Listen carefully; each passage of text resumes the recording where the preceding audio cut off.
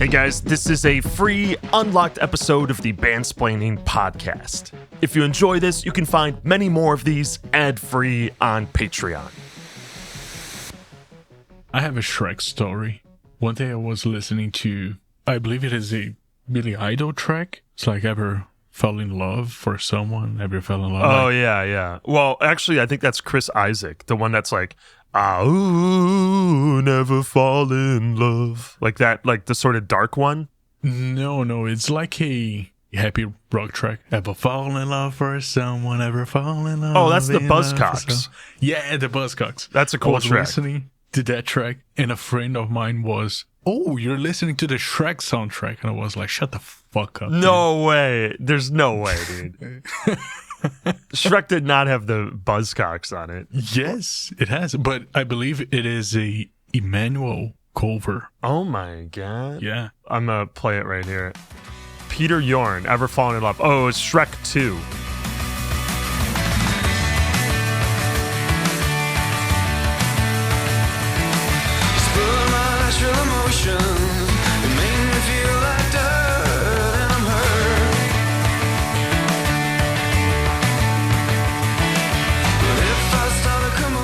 Wow. Boy, do I stand corrected. I had a whole intro planned here, so I'm going to get started. Let me know if you guys can hear this. Yeah. I'm hearing it.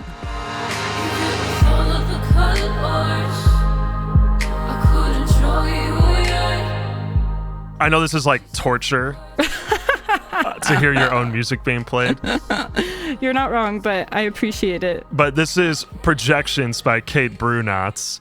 Kate Brunotts, also known as the loser of the first Most American contest and second place follow-up winner of the Least American Songs. Hey. Fellow music YouTuber, musician, budding Christmas library artist.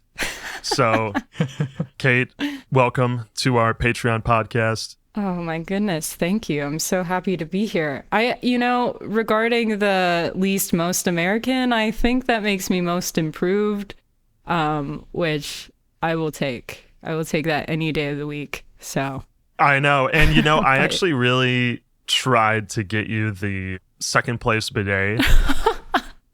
I forgot about that. I pushed for Tushy. I although edited a cut where we announced the second place winner, and we were like, hey, if you guys want even more screen time, it'll cost you $20. It's like the biggest no-brainer, but they just didn't respond at all. They never even watched the clip. What? That was what really bummed me out, because it had 0 views on YouTube. Oh, that's so brutal. So, man. Oh, well. Anyway, I was curious just to ask, I don't think I've asked you this before. We've done a podcast together a while back. Obviously, you've been on the 2 previous videos. But what actually got you started on YouTube?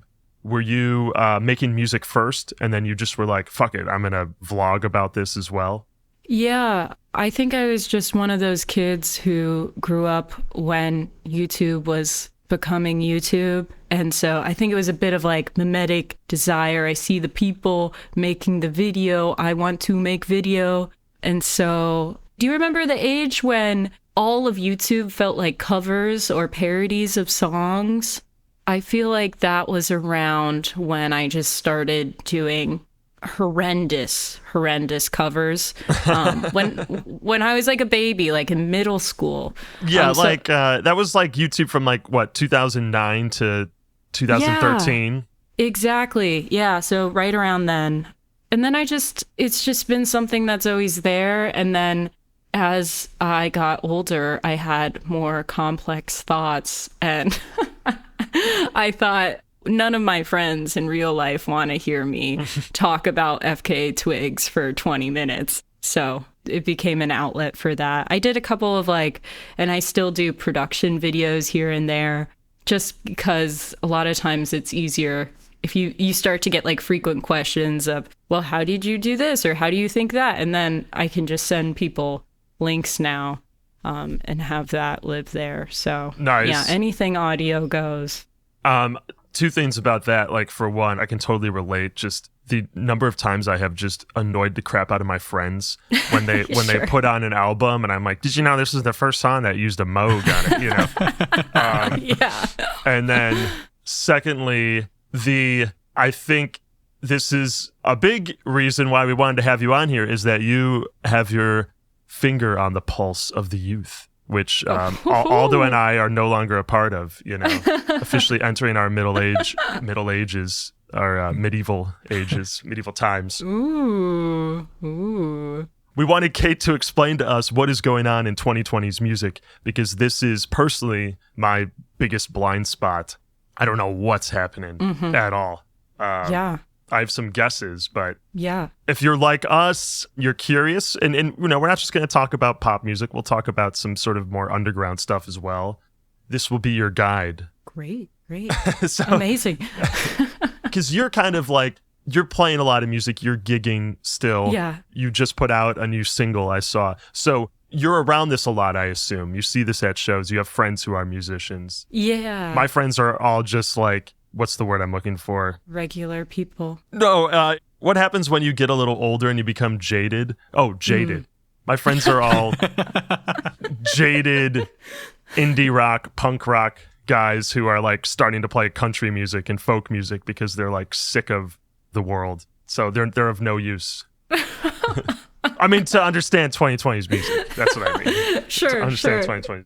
I was going to say, they sound kind of awesome. No, they're great drinking buddies, for sure. Oh, I'm sure. I am sure. Yeah, no. So I also, within the past couple of years, I've started DJing. And so because of that, you have to constantly update your library and force yourself to see, even if it's not your cup of tea, what are the hits? What are people moving and grooving to? So I think also that keeps me in the little spin cycle. Do you want to just kick us off with a song and then you could tell us a little bit about it right after? Ooh, okay.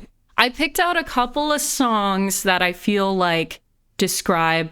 I feel like the 2020s are weird because there's a lot of things that are the same, but there are a couple of things that are different, like many things. But there's more things that are the same than there are different. So I feel like I'll start with the more obscure things, and then I'll explain what the umbrellas. Okay. My thesis here. Sounds good. So we are going to start with this artist called Only Fire. 7 Rings. This is a classic. Buckle up for this one. Here we go. Let's have a toast. I don't suck dick, that's Rose. Let's have a toast. Yeah. I love pussy the most. Ooh. Boy, fuck off with that dick. I'm not some basic straight chick. Girl, power, pussy, rules. Don't want dick, just give me jewels. Boy, fuck off with that dick. Looking at it makes me sick. Girl, power, pussy, rules. Don't need dick. We have our tools. Put my hands on her hips. Make Oh my god, this is amazing. It sounds like Girlfriend of the Year. Yeah, right. It's a little too late to add our not safe for work warning. Oh, sorry. So sorry. But that's okay. I think the podcast is officially marked as explicit for this reason. Definitely. Okay. Just before you even start, is this a generated voice? Yes. So I think that's something that we need to talk about. I think I have to boycott. This whole thing because I've learned that AI voices are evil and no. It's a callback to our last episode where Bantsplaining got shamed for using an AI voice. Oh, So. Well, you know what? This is actually, so this came out, this was the first song one of my friends introduced me to 7 Rings in 2019. So this was before all the AI, quote unquote, like bubbled up to the public conscious. So I'm pretty sure this is just like a Siri text to speech. Yeah. And then they just record it. But, you know, I also wouldn't be surprised if this artist in particular. Only Fire produces all of their stuff, though, for sure. It's just whatever vocal. Yeah. No, it really wasn't a big deal up until like a week ago. So, yeah. Wow, the spin cycle. So there's that. Actually, can I share one more that I feel like illustrates this point? Yes. Okay. This is Only Fire again? No. So this is Lil Mariko. This next one. Have y'all heard Where's My Juul? Oh, also 2019. Perfect. No takers? Okay. No. No. All right. Oh, Where's My Juul, as in when Juul pods were really big. Yes. Where's My Juul? Vape stick. Yeah. Right. I know. Even, I guess this might be dated now too, but here we go. Just had it in my hands. Like, you gave it back to me, right? I let you hit my Juul, and then you gave it back to me. You didn't take it, did you? You wouldn't do that to me. So, like, have you seen it? Where is it? Seriously, like, where is it? It's not okay. Where's my Juul? Where's my Juul? So not cool. Where's my Juul? Oh my god. All right, so impression so far, we have sort of a deep distorted bass, and we have some sort of high-pitched campy vocals on top of it. Definitely. So I think a lot of 2020s music, much like the way people describe Gen Z humor, is it's leading more and more into the absurd. And so it takes more stimulation to make something feel new or different. And I think our generation tends to have an issue or struggle with sincerity. And I think that's... You wouldn't say. Yeah. And I think that's very much reflected in the art. Production, though, like you can feel the influence of Sophie through, there's more noise across genres, but a lot of sounds feel fairly referential, but I think it's more the lyrical content and how, especially with like Only Fire stuff, how explicit people are willing to go. Like there's no more bottoming out. It's really interesting because the last musical wave that I was like a part of was, now they call it the crank wave. It was like 2010s post-punk revival. Yeah. And people usually say it's a British trend. I feel like it kind of also happened in the States with like Parquet Courts was kind of leading that charge. And that music is totally sincere, right? I mean, it's like maybe there's a tiny bit of irony here and there, but it's like intended to be unironically philosophical lyrics. Like they reference Play-Doh, and right. in Gen Z, I think would reference Play-Doh instead. Oh, for sure. I always knew that like hyperpop was playful like this and silly, but is this kind of like just sort of a feature of music in general, even like rock or punk or underground, whatever quote unquote underground music is? I do think, much like any era before, we're shaped by the technology that defines the industry ecosystem. And so I think TikTok being the predominant way that people discover music nowadays, at least, the generations coming up, I think just like any other piece of content, not that music is content, and I hate saying that, but the crazier, the wilder, the more, whoa, stops you in your tracks a lyric is. I think and I don't think artists have this spooky, I don't think people are deliberately like, ooh, I want to get that TikTok snippet. I mean, maybe some are, but I do think that kind of shapes what people are going for in terms of what grabs attention, simply because there's so much music out there. There's everything. So how are you going to stand out, and what does that look like? So you feel there is at least some sincerity to this music? Yeah, well, I mean, songs like Where's My Juul, right? I mean, the reason why it's silly is it resonates. It's so stupid. It's not unlike a country song. Makes sense. Yeah. Like, where's my beer? Like it's kind of the same thing. Right. Where's my Marlboros? Exactly. I mean, the references are just so on point. And then there's also, I think you're right, and hyperpop will talk about, I mean, people who started hyperpop do not like the term hyperpop. So that's a whole other can of worms. But I do think you're right that if we consider that as just like the tag for that sort of music, it did usher in some more absurd phrasings. I want to bring up one more artist that just came to mind. Yes, please. So this duo, I'm not sure they're active anymore, but they're called QUEEF Jerky. Pineapple Upside Down is a banger, so we're gonna take a listen. Here we go. I need white noise to sleep. I need a sleep mask on me. I shoot my gun like pow pow pow. I shoot my shout like cow or yow. Salmon's a superfood. Salmon's a superfood. You are just super rude. I took a super nude for $5. How about you? I'm on primetime TV. I eat a prime rib early. I eat just to feed me. I eat just cause I need me.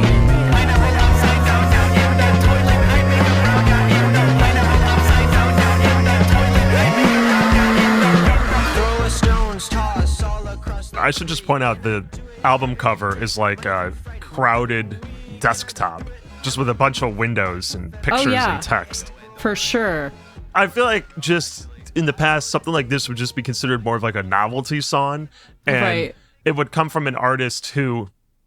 Like Weird Al Yankovic. Yeah, or like Crazy Frog, or I don't know. There was like, there's Sure. just no shortage of artists where they have like one song that just gets a lot of plays or views because it just has some ridiculous element. Right. But it sounds to me like you're saying this isn't just a novelty thing anymore. This is like a norm in some No. circles, at least. Yeah, I think some people just go for it, you know? And I think it's something special because, you know, you can't help but laugh at pineapple upside down in the toilet. I make a brown. It's so stupid.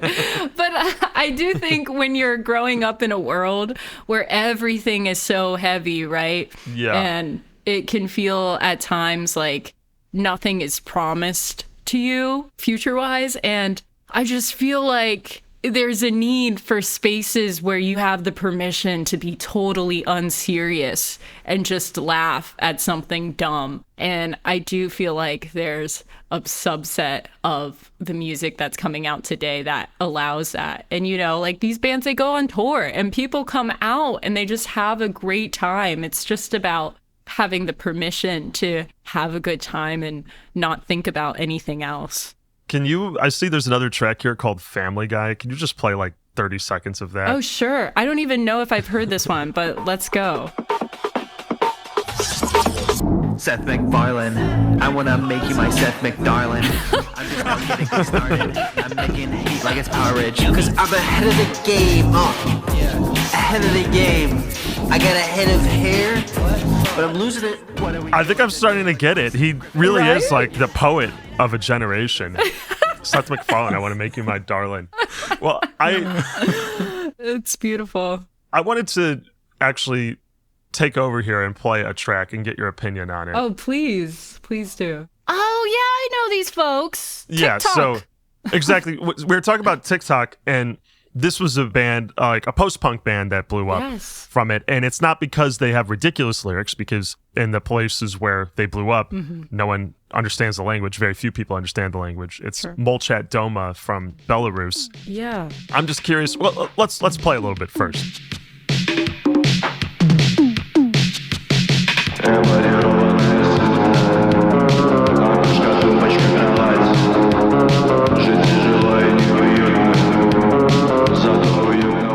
So in the case of a band like this, Yeah. is it not so much the lyrics are ridiculous, grab your attention, but it's just that the music is so dark, so visceral, so out there, so different from what you normally hear that like that's the reason it stood out?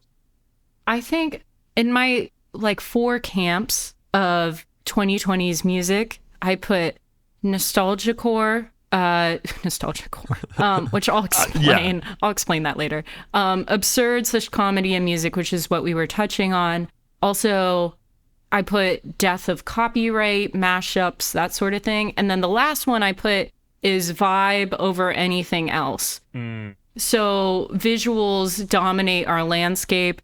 Molchat Doma also reminds me of, are you familiar with Eyedress at all? No. So Eyedress is an artist who I think blew up fairly recently, but very similar, for a lack of a better word, vibe of music. Okay, so this is another big TikTok situation. You can have anyone you want, as long as you wanna be with me. I'm nothing special. Yeah, I do hear the similarity for sure. Yeah, Also, yeah. I looked it up, and Eyedress is a few years older than me, so that means it's still possible. Oh, for To connect with the youth. sure. For sure. No, of course. I mean, just look at examples like, I thought Kate Bush's blow up was so hopeful. Like, that was so nice to see that she was finally getting her flowers. That was a recent thing? Every day. Let's see. Kate Bush, #1. I don't know if that will tell me when it happened. Oh, I guess it was 3 years ago. Oh, okay. I do think people are discovering music from any and all. And because of that, we have things that poke out, like the absurd stuff, which I think provides a unique differentiating factor there.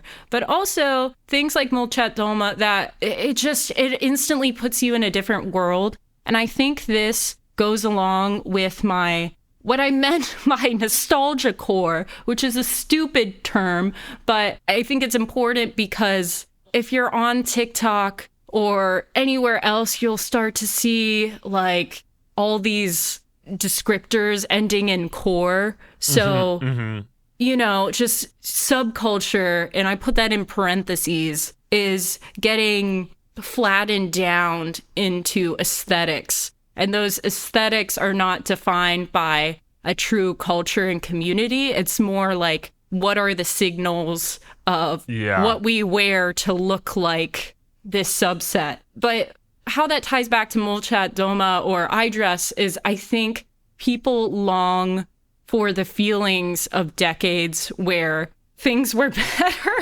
So there's been a resurgence in like trip hop recently. There's been like a lot of 90s stuff or stuff that feels like it was put out in the 90s. I think Chapel Roan's sound gives me very much like 80s pop vibes. Totally.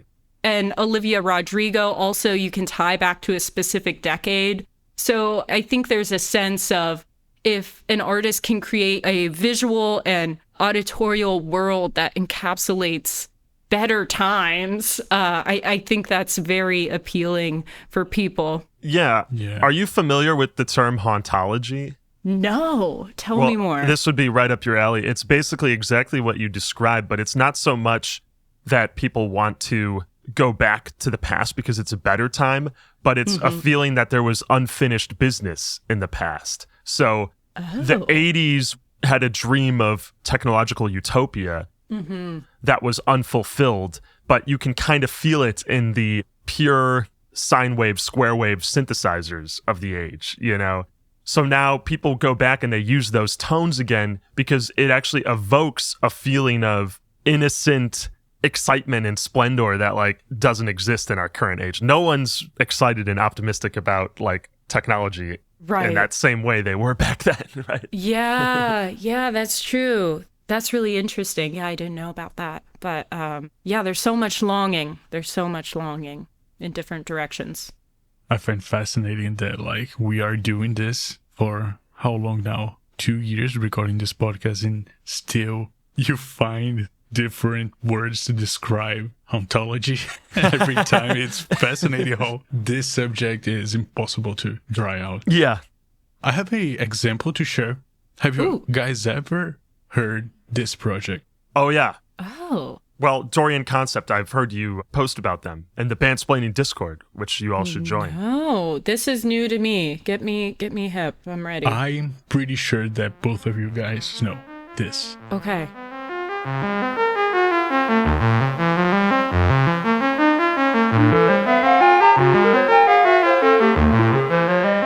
So, have you guys ever heard this song? It sounds like one of the library music tracks we played in that episode, but I don't recognize it otherwise. It reminds me of Mort Garson, like the Plantasia stuff. But no, I'm not sure I've heard this song before, but it's nice. This is like the dark fantasy TikTok trend soundtrack. Oh, no way. Yeah, it was pretty crazy to experience Dorian concept blow up. Right. Because I always loved his stuff for like, I don't know, 15 years now. Yeah. And out of the blue, he started to get like millions and millions and millions of plays. Isn't that crazy? And that is one really helpful byproduct of TikTok. Like I just saw this week, Phantogram's When I'm Small, which is an old song. I mean, I guess it's a decade old, so not that old. It sounds old, though, doesn't Yes. it? It sounds like it's from a different era. Exactly. Very nostalgic.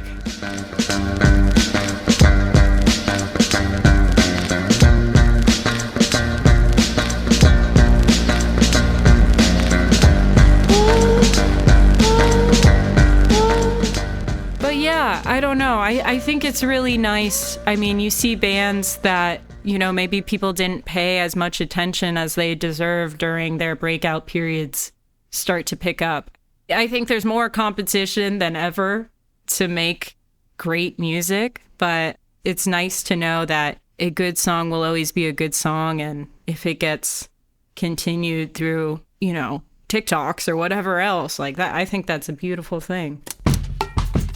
As fellow travelers in the world of weird and wild music, one thing we can all appreciate is having safe and unfettered access to music on the internet. Whether you're trying to download that hard-to-locate album or trying to watch a documentary that's unavailable in your country, sponsor of today's episode, NordVPN, can help. With NordVPN, all of your internet data stays behind a wall of next-generation encryption. It helps you browse safely by protecting you from malicious websites, downloads, trackers, and intrusive ads. Furthermore, you can use NordVPN to access region-locked content, including albums, movies, TV shows, or even baseball games, if that's your thing. The other day, I was trying to watch a Brian Jones documentary that's only on European Netflix, and, well, a few clicks later on NordVPN, and voila, I was watching it. When you use our link, you'll get a huge discount on a 2-year plan, plus 4 additional bonus months. Get it at nordvpn.com/bandsplaining. It's risk-free with Nord's 30-day money-back guarantee. Get it at nordvpn.com/bandsplaining, or just click the link in the description below. Yeah, and before we debate the merits of TikTok, because I think that's going to be interesting. Yeah. Do you want to finish the 4 categories of 2020's music? Yes. Okay. So we talked about vibe over anything else. Around that, I just think that you have to be really invested in the visuals even more so because it totally affects how people perceive your music. Vibe. Yeah, you're exactly. It's all about vibe. Sometimes whoever can make the most interesting, all the people in the 80s who were really scared about music videos would be very upset, right? Or probably are very, I don't know. They were right, basically. Video killed the radio star, but it's gotten worse because TikTok and Reels. And it's also funny how now Spotify has its canvas feature, or just the feed that's like TikTok, where it shows you the canvas as a page. So you have some amazing and frightening canvases, by the way. A lot of like stuff on fire and yes, edible things that suddenly look frightening. Oh, sure. Thank you very much. So yes, vibe is very important in this visual age. We talked about absurdity and comedy and how that plays into our lack of sincerity in some emerging genres. I also think I don't have to like over intellectualize that. I think sometimes people just want to be silly and have fun, and that's the end of it. We talked about nostalgia core or core, which means just, people pick on aesthetics and the music becomes an extension of whatever that aesthetic. I guess that kind of ties into vibe.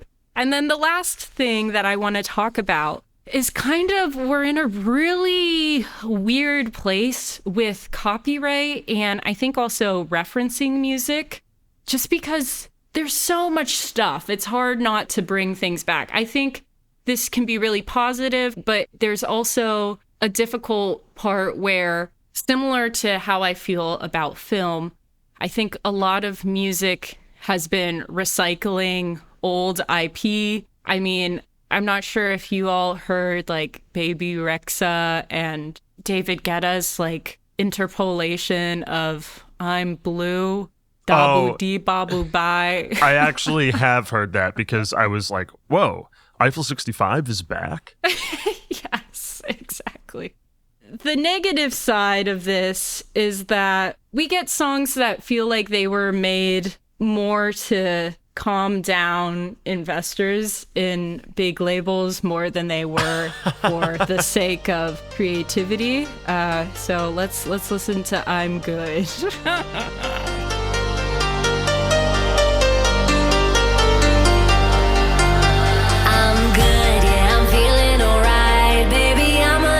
Best fucking night of my life, and wherever it takes me, I'm down for the ride, baby. Don't you know I'm good? Yeah, I'm feeling Yeah, I mean, we get the idea. Yeah. Right, it's basically a cover. I mean, you change a couple words, but Right. the melody's the exact same. The instrumentals don't sound that different. Yeah, and we get a lot of that goes far but beyond interpolation. Couldn't you make the argument, too, that one of the first examples of this was Hung Up by Madonna? Yeah. Just because of how similar it was to ABBA? Yeah, no, for sure.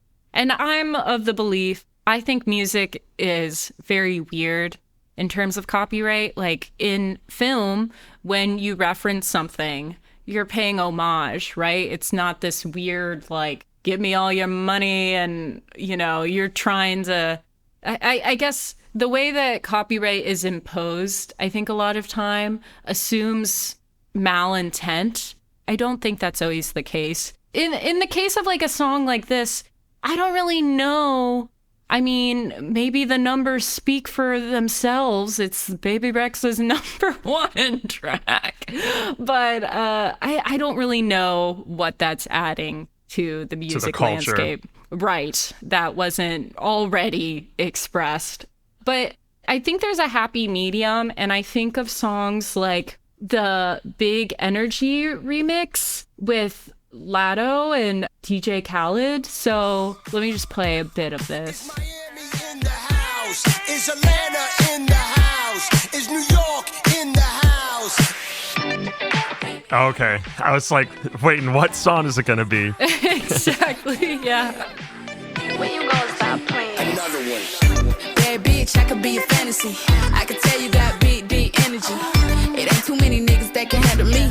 But I might let you try it off the Hennessy. Make them sing to this pussy like a melody. And if your bitch ain't right, I got the So it's building upon an idea that was already expressed in Mariah Carey's Fantasy, but it's adding something. And I think that's where the sweet spot is, because we're introducing music to a new generation that maybe they didn't hear before, but there's also a new spin. And I think that's something that's really special. And I don't think I had seen as many, I feel like revamps, for a lack of a better word. I don't even know what to call them. I guess they're collabs, but a collab that involves taking parts of an old song and adding, it's like public mashups, Yeah. which is a newer thing. Yeah, it's like, it reminds me of that great Tribe Called Quest song that sampled Take a Walk on the Wild Side. Yes, yeah. And it felt different from, I mean, all of Tribe Called Can I Quest. Kick It? Almost, Yeah. Oh, Can I Kick It? Yeah. I mean, all of hip hop, virtually all of hip hop is sampling older music, but For sure. often it's combining a bunch of different songs and you don't really think about the original sample. That it's like surprising to hear the original sample when you discover it later. This Can I Kick It was a case where you're like, oh wow, when it comes on at first you think it actually is Take a Walk on the Wild Side, but it's not. It's a hip hop Definitely. version, and it's really cool. I mean, it's like total reimagining of what you can do with that epic string bass part. Yeah. And compare it to the I'm Blue remake now where I'm like, I don't know if there's any creativity being added here. Right. It's a big difference. And I'm happy to see that collabs like Big Energy were doing more of mashup in a way where it feels, I don't know, just very collaborative. And I mean, you can think of like Fred again, who, during the pandemic, his whole thing and how he really blew up is he would take people speaking in their TikToks and then incorporate it into his music. Are you all familiar with his stuff? I'm sure you've heard some around here and there. Not really, no. Okay, great. Let's listen to some Fred again. Pretty TikTok illiterate, so. Okay, well, he's a big one. He's a really big one. So definitely very talented producer and electronic music performer. This is one of my favorites. Marea? I just call it We Lost Dancing. But this was just a person who was ranting on TikTok about the challenges of the pandemic, and he sampled it into this song. This year we've had to lose our space. We've lost dancing.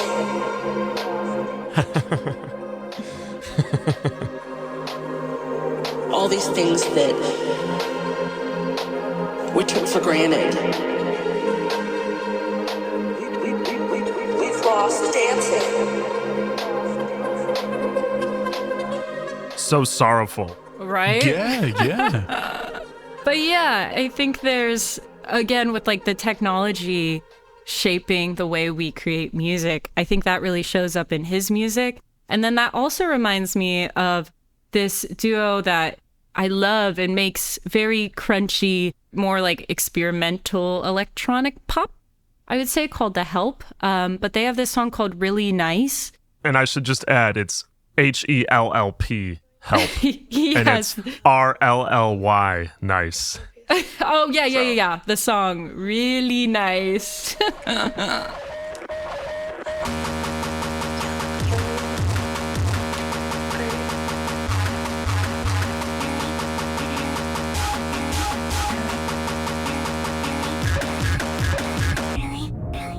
It's really nice to meet you. Really nice.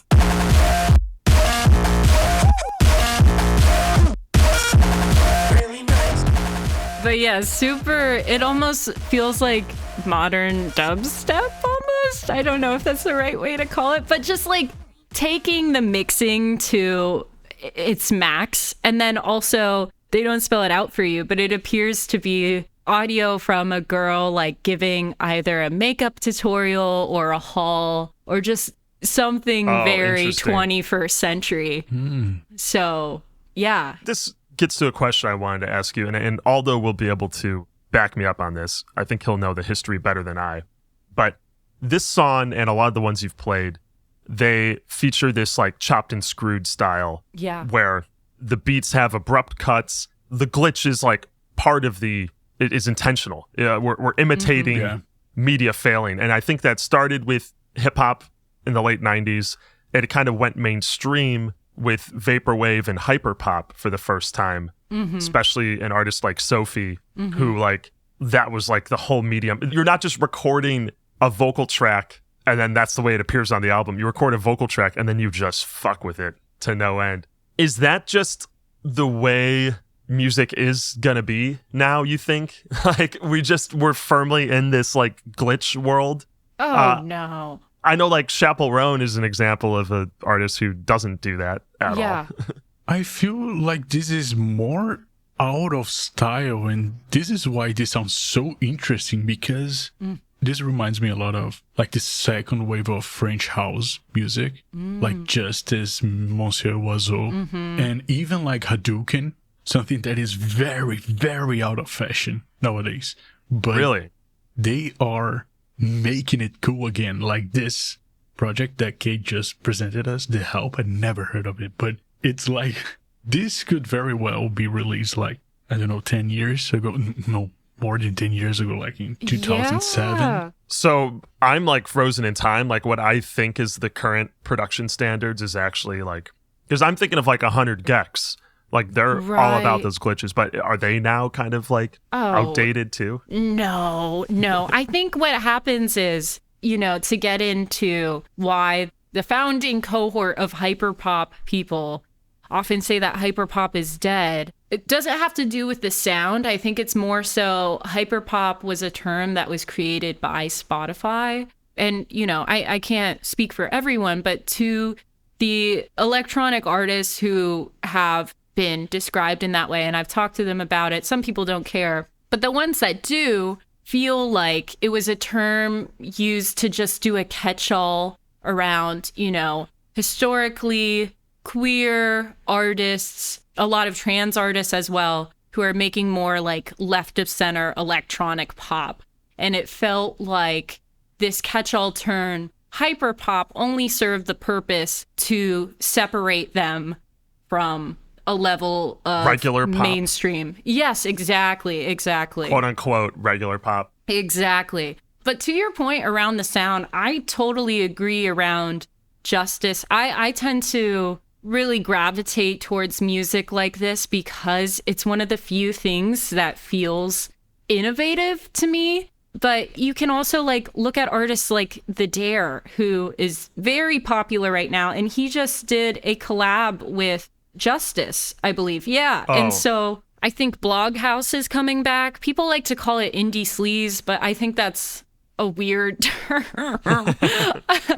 I don't know. I prefer to call it Bloghouse music or electro clash. That's starting to come back. But I do think that the new generations of artists are very conscious of their references and don't shy away from that. Look at Olivia Rodrigo and who she chose for her opening acts was all these prominent 90s rock bands, which is who she took so much inspiration from, her music, or The Dare doing this collab, or people often yeah, if you don't mind me stopping you. No, go ahead. Just because some people listening might not be aware of what Bloghouse was/is. Certainly I know exactly what it is, so I'm not asking for my own sake. Could you play that one track you just had up? Mannequin Love? Yeah, sure. Yeah. This was an example of Bloghouse, you said? Or so indie sleaze? Yeah, it's I feel like we're experiencing an electric clash blog housey revival right now. And what's special about this track is Justice is one of the founding hallmark acts that defined that genre when it first came around. And The Dare is more kind of new school, is just coming up. But in this era, it's very special because they're doing a collab. And they're from completely different eras of music, but still making the same kind of music, which feels unique.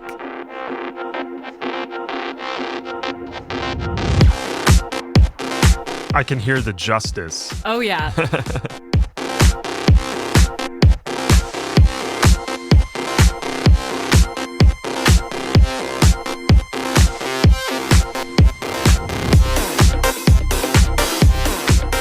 It's house music, but it has a little bit of lighthearted quirkiness. Is that the point? It's house music meets Nick and Nora's Infinite Playlist or something? Well, I was going to say, I'm going to play Girls right now because I think this is a perfect example of the maybe older Bloghouse electro clash-ish sound, but pairing it with kind of the absurd, silly little lyrics that feel emblematic of today. Oh, okay. This is the song that blew up The Dare. He used to be a substitute teacher.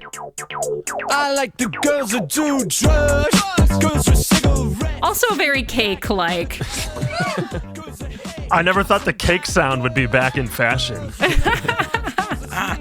That's what's so special. Girls who make love, but I love girls who like to fuck. That's what's up.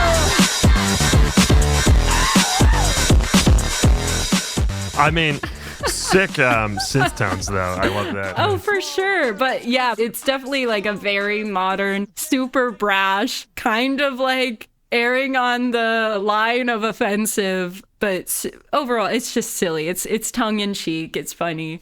And it's a banger. It's a banger. Sounds like LCD sound system, but good. That is a hot take. No, you know it's so terrible. But so, yeah, the Dare is heavily compared to LCD Sound System, and James Murphy is vocally one of his heroes. But what's so special, and this makes my little musician heart happy, is that he got to remix one of LCD's like recent releases, and like what a beautiful thing. Sorry, his picture on here, he looks just like James Murphy wearing his black oh, for tux sure on the bottom. Yeah, no, it's so deliberate. Sunglasses. It's so deliberate. Yeah, I mean, you didn't hear it from me, but some people call the Dare STD sound system, which is kind of it's kind of funny. It's kind of funny, but I wonder why. But you know what? Great music nonetheless. It gets you dancing. That's all you need. So before we leave this topic of these genres, what's just one example of one that's a personal favorite of yours, a genre, a sound that's kind of distinctly 2020s? Ooh, okay. I feel like I have the perfect artist for this. So there's this artist called Underscores. Super textured, interesting. There's a song called Locals, which I'm gonna play. High-strung, neurotic, blue cross, golden arches, pearly supermarket, picket fence, domestic, citizens arrest, Tuesday name. Another good example of the glitch, chopped and screwed. Oh, for sure. Vocal samples. An overwhelming stream of consciousness. Arms, body, legs, flesh, skin, bone, sinew. Good luck. Arms, body, legs, flesh, skin, bone, sinew. Arms, body, legs, flesh, skin, bone, sinew. Arms, body, legs, flesh, skin, bone, sinew. Arms, body, legs, flesh, skin, bone. They are new, right? I think their first album came out in 2021. She's born in the 2000. Oh, so because I have them. I'm not sure if it could be a different Underscores, but I believe it's the same artist. I have them in my gym playlist, and I don't update my gym playlist like since 2016, I believe. Oh. So they used to make a lot of really like Skillrix. I can never say his name properly. Skrillex. Thank you. I always say it wrong. You obviously weren't in a frat in 2010. It's true. They were even signed to his label, right? I don't know. I learned more about them after they dropped Fishmonger, their first album, in 2021, at least under this profile. But I know they've been producing for a long time, but when they were babies, like little teens. I just, real quick, I have to read something from Underscore's Wikipedia page. It says, personal life. Gray is a trans woman. She has stated that she is theistic. So we're at the era where being atheist is so normal that Wikipedia pages have to say when you are theistic instead. Yeah, that That's all it sounds says. about right. Those that two sounds sentences. about right. There's something in there. We don't know what it is. But yeah, I think Underscores is a good example of someone who very much has their finger on the pulse, and that's reflected in the music that they produce. So one other question I had is, you've been playing like a lot of music for us that is, let's say, using samples, or is just something that you could produce on your own with Fruity Loops, or, using drum machines. Are there all that many examples of bands? And I guess not just bands, but bands who have, let's say, a drum kit, a bass, a guitar, or some combination of acoustic instruments? Yeah. Yes. I think the answer is yes. My personal taste tends to drift towards electronic people, which usually ends up being single or duo. So I think it's mainly just my bias there. Okay. But to your point, I think there's a lot to do with the economics of touring just being so difficult nowadays, that you've got to really, really have some like, I can think of like King Gizzard and the Lizard Wizard, right? Yes. People love them. They do great. Even like Hiatus Coyote, like, I think bands that are able to tap into just building some sort of collective. I guess that's always been the way, or the ones that survive. Yeah, it's a good point. Just to quickly interject, because when I was touring with my band, we were just a 3-piece. And I swear we did some tours where we would just borrow drum kits and we were in like a little hatchback, you know, driving to New York and like praying that we wouldn't have to sleep in the car because there was like very little room to sleep in the car. It's unfortunately it's all but unfeasible for most bands who are just starting out. What is also interesting is I'll call out this artist. His name, he goes by Sugar Pit. He's like a post-punky situation. I'll play a little bit. I like that. That might be our next album title, Post-Punk Situation. No, post-punky. Post-punky yes, sorry. Get it straight. Okay. Let's do customer service. This is a classic. I was hoping you'd pick that one. Yeah, it's pretty good. I'm working at my job, yeah, that's right. I'm working at my job. I'm completing all the tasks that are assigned by my boss. I'm working. Yeah, I guess again, kind of like that absurdity, tongue-in-cheek, like hee-hee, winky tone. It's also, you say it's like, it's insincere, but it's also totally sincere. It's describing exactly what life is like for a service industry worker. For sure. It's country music. It's folk music.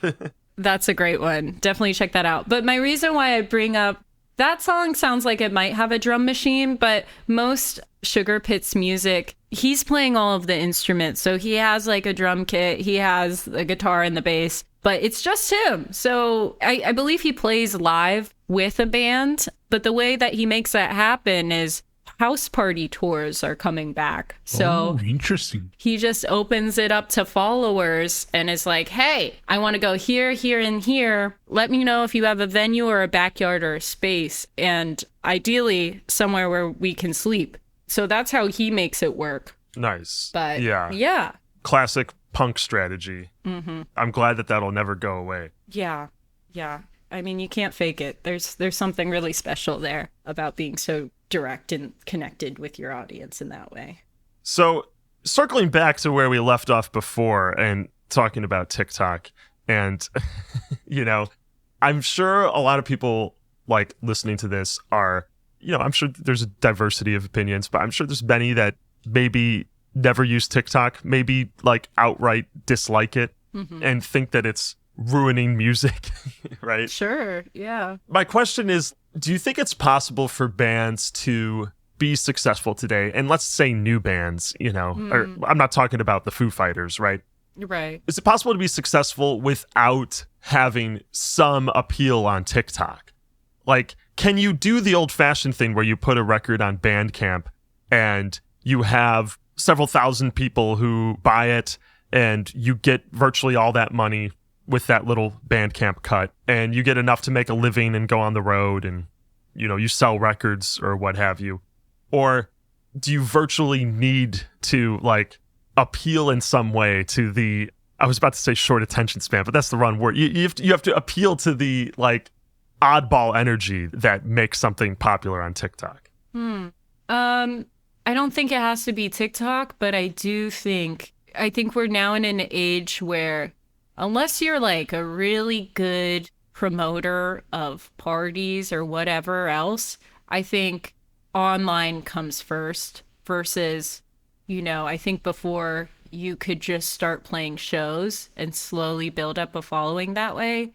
But I think for most artists, especially if they're new, especially if they don't have old discography to fall back on, you have to have some form of online presence. I don't think it necessarily has to be TikTok. I think there's still plenty of artists who get a bit of a buzz through their YouTube music video randomly getting and suggested or whatever. It gets shared on Reddit or something. Exactly. But I do think you have to be online in some way.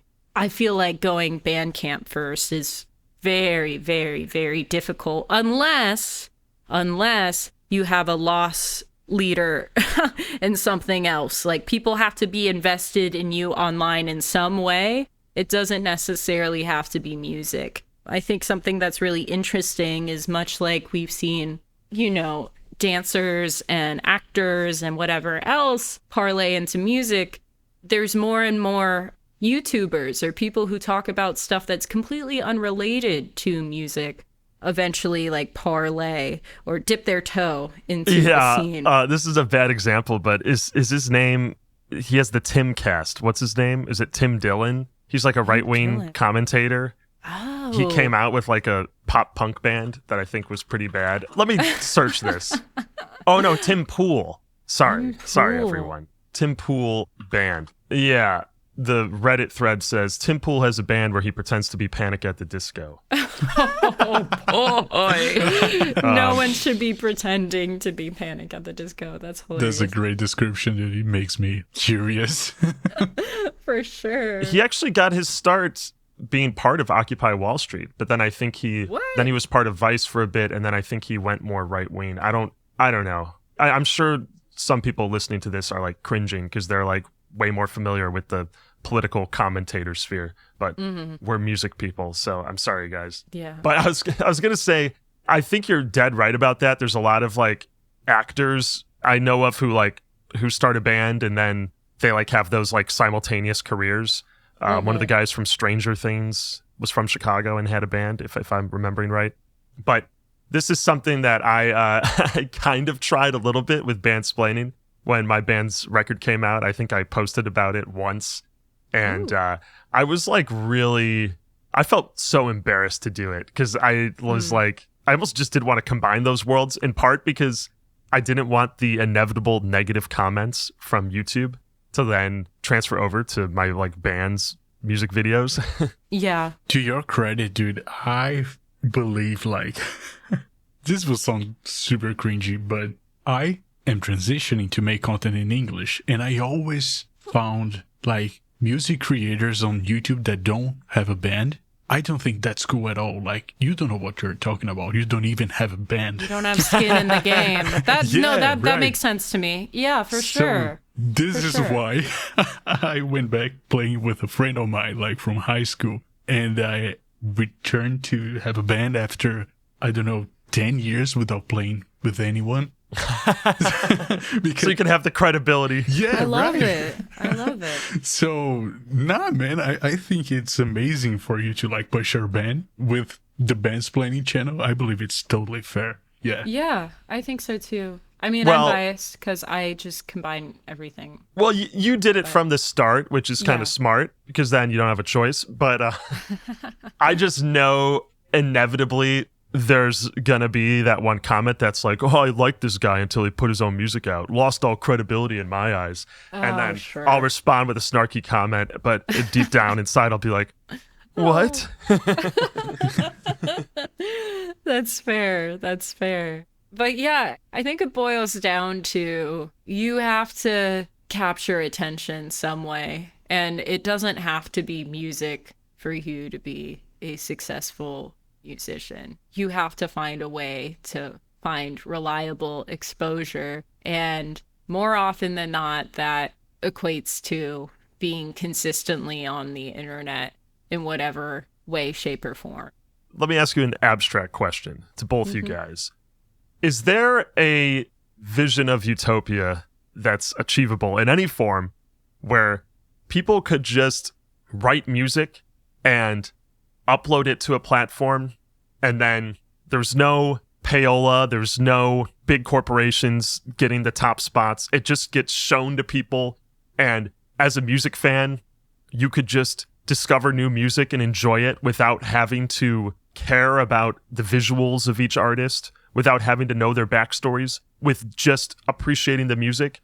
Or do we just have to accept that that's not who we are as human beings, that we love hopping on hype trains, and we're not actually, when we listen to a new song that we like, it's not even because of the music, it's because of some people will argue it's because of the lifestyle they're selling that we wish that we could have, or something, you know?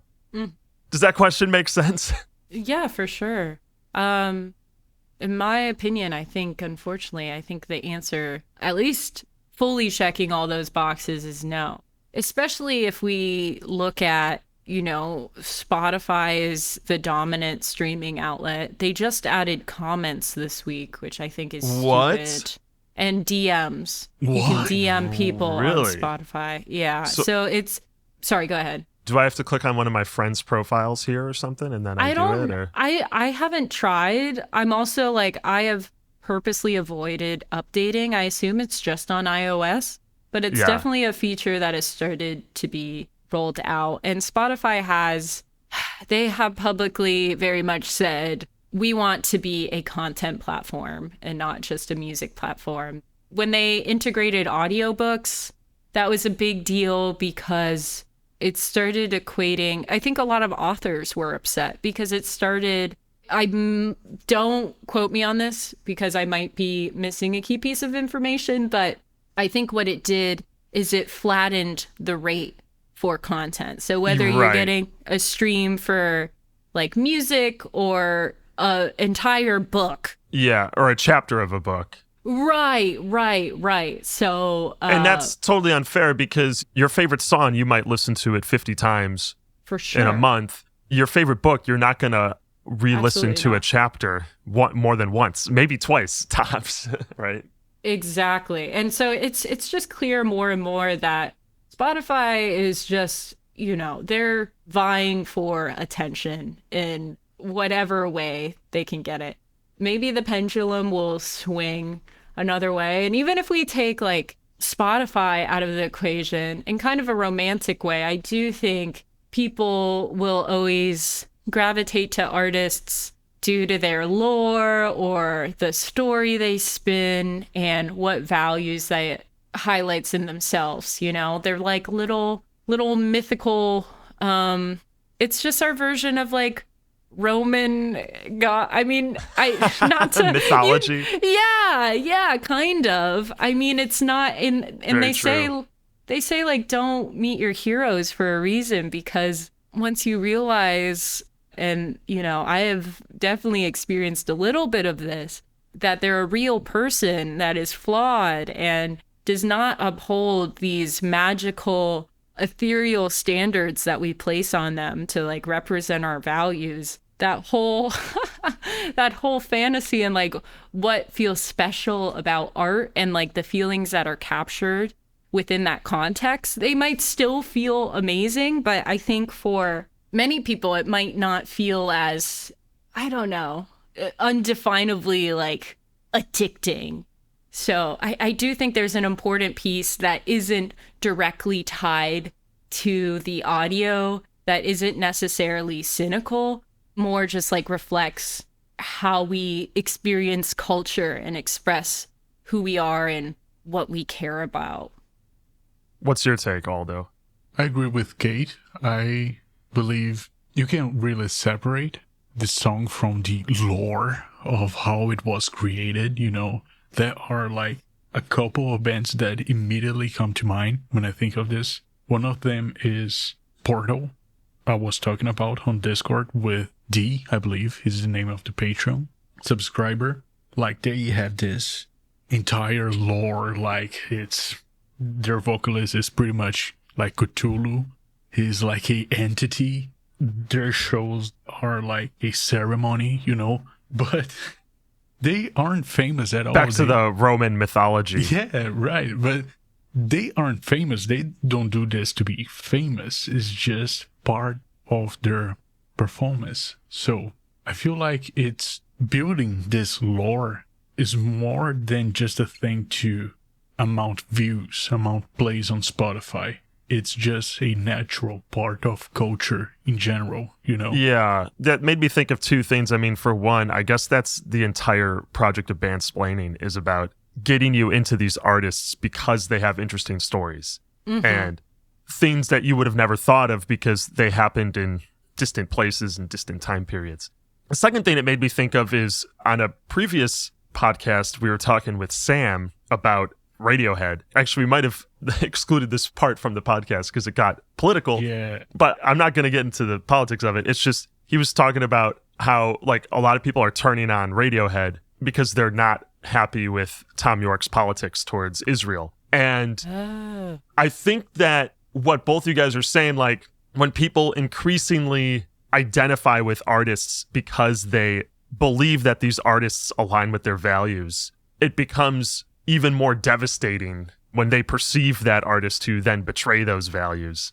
Obviously, another huge one is like just all the Harry Potter fans who were like, fuck For J.K. sure. Rowling, right? Yeah. So Yeah. I don't know what the solution is there, because on the one hand, I'm like firmly in that I want to mythologize artists and musicians, but I also agree with you, like, don't expect anyone to align with your values 100%, because every human is different. Every human has some flaws, and they're never going to be perfect, you know? Yeah. Yeah, for sure. Just Ariel Pink. Ariel Pink is perfect. Oh, Ariel Pink. I'm joking, please. Yeah, I mean, there's another one. Yeah, there you go.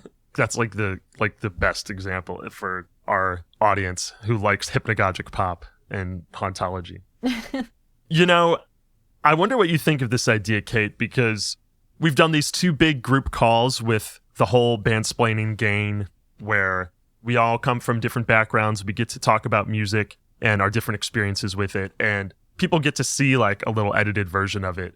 But I think it's like so fun for us in the moment to be talking, and there's so many other like funny moments that don't get included.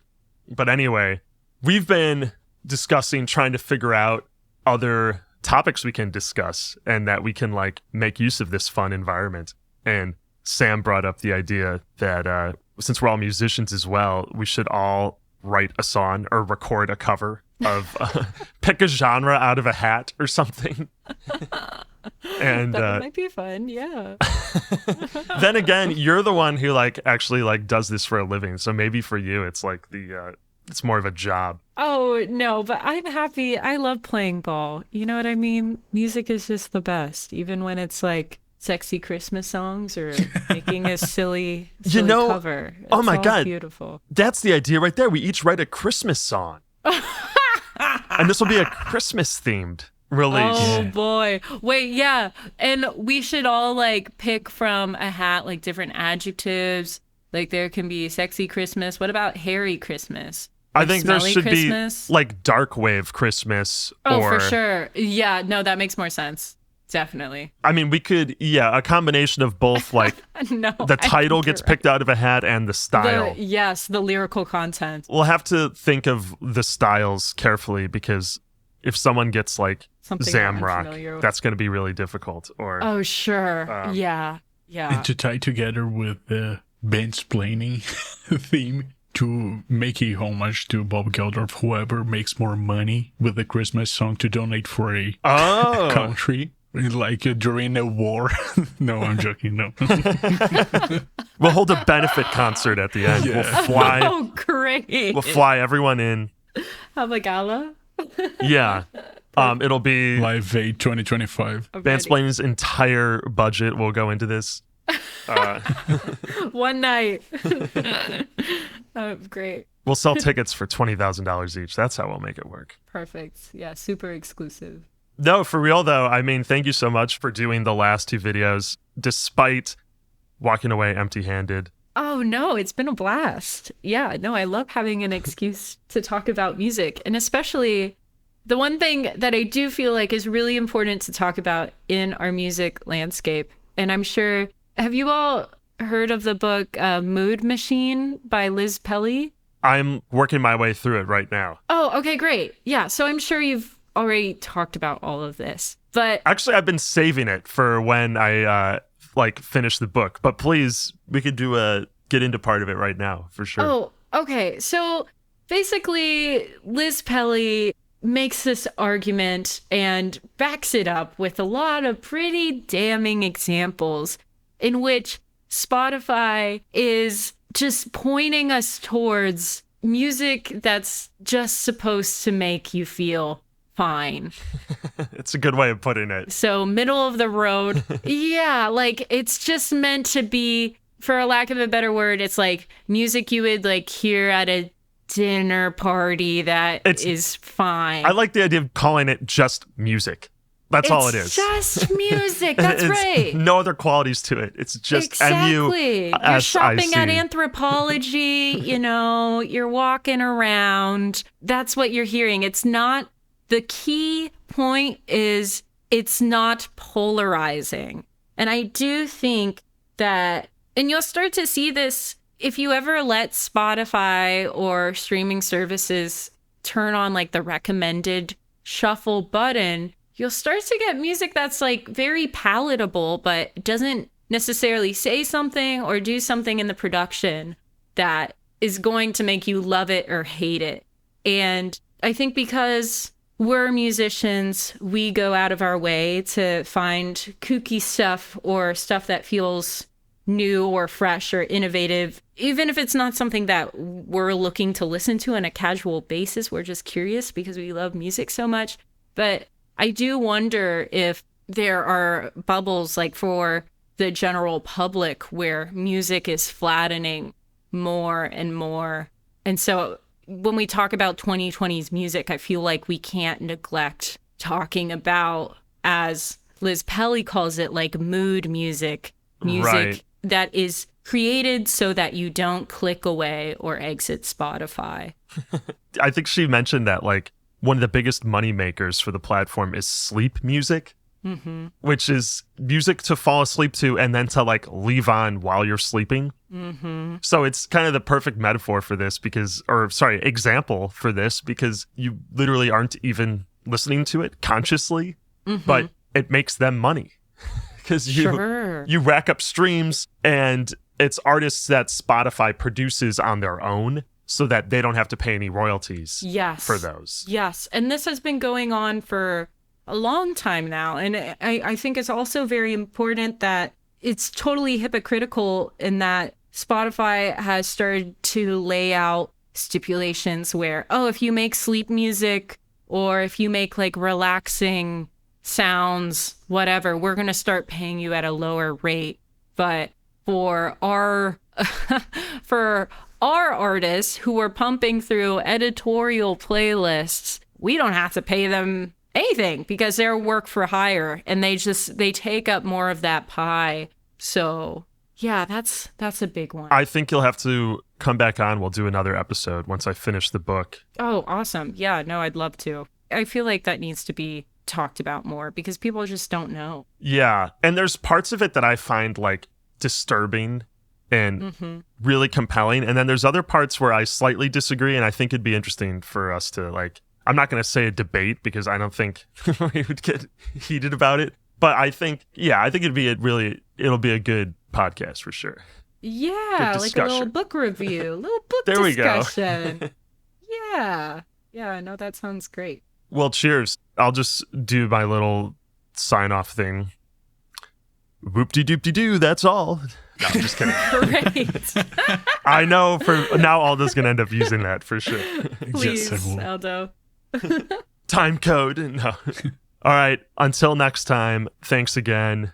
And maybe if a couple patrons respond to this and pledge their donation money, we can pull it together and we'll get you that travel bidet. Ooh, I can only hope. It's real pricey, you know. So. Thank you so much for having me. All right. Adios. Bye. See ya.